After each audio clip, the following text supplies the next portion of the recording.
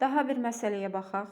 Mitoz bölünmənin anafazasında verilmiş hüceyrənin nüvə DNT-sinin kütləsi 4,2 vur 10 üstü 14 qram olarsa, meyoz bölünmənin sonunda əmələ gələn hüceyrələrdən birinin nüvə DNT-sinin kütləsi nə qədər olacaqdır? Tez mitozun anafazasının düsturunu yazırıq. Nəyə bərabər idi?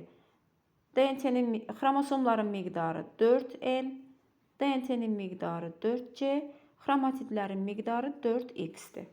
Və deyir ki, bu hüceyrədə, həmin bu vəziyyətdə DNT-nin kütləsi 4,2 vurulsun 10 üstü mənfi 4 qramdır. Yəni deyir ki, 4C bərabərdir 4,2 vurulsun 10 üstü mənfi 14 qrama bərabərdir. Daha sonra deyir, bu hüceyrələr əgər meyoz keçiriblərsə, hər iki meyozdan sonra əmələ gələn hüceyrələrdə DNT-nin kütləsi nə qədər olar?